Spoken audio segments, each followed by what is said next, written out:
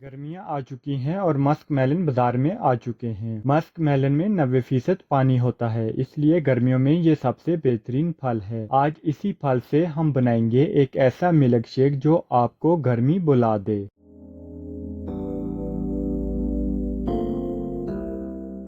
सबसे पहले हम लेंगे एक पका हुआ मस्क मेलन। याद रहे कि मस्क मेलन का पका होना बहुत ज़रूरी है। अगर मस्क मेलन कच्चा होगा तो मिल्क शेक में वो कुदरती मिठास और खुशबू नहीं आएगी जो इसे वाकई लाजवाब बनाती है। पका हुआ मस्क मेलन लेने के बाद हम इसे दरमियान में से 2 हिस्सों में काट लेंगे। कट लगाने के बाद हम इसके बीज साफ कर लेंगे और चम्मच की मदद से इसका गूदा निकाल लेंगे। ये गूदा हम सीधा जूसर मशीन में डालते रहेंगे।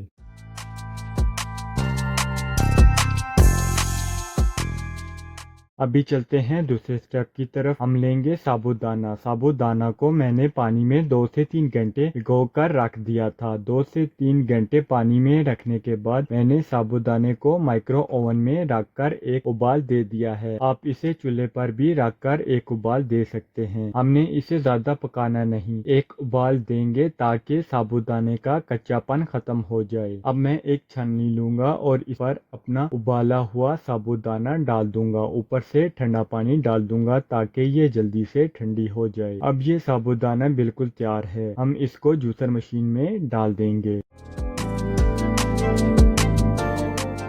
अभी मैं इसमें शामिल कर दूंगा 2 गिलास दूध। मैंने फुल फैट दूध लिया है क्योंकि फुल फैट दूध में मिल्क शेक ज़्यादा क्रीमी और मज़ेदार बनता है।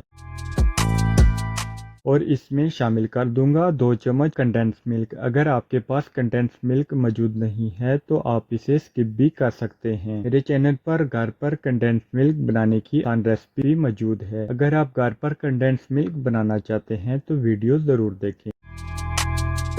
अभी हम इसमें शामिल कर देंगे फ्रेश क्रीम। मैं 3 से 4 चम्मच क्रीम शामिल कर दूंगा। फ्रेश क्रीम हम इसलिए ज़्यादा डालेंगे क्योंकि मस्क मेलन में पानी ज़्यादा मिकदार में मौजूद होता है। ज़्यादा क्रीम डालने से मिल्क शेक क्रीमी और गाढ़ा ही रहेगा।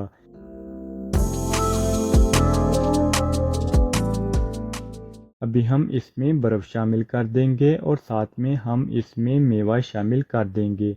किशमिश, बादाम, टूटी फ्रूटी आप अपनी मर्ज़ी से जो भी पसंद हो वो शामिल कर सकते हैं। अभी हम इन तमाम चीज़ों को जूसर मशीन में अच्छी तरह मिक्स कर लेंगे।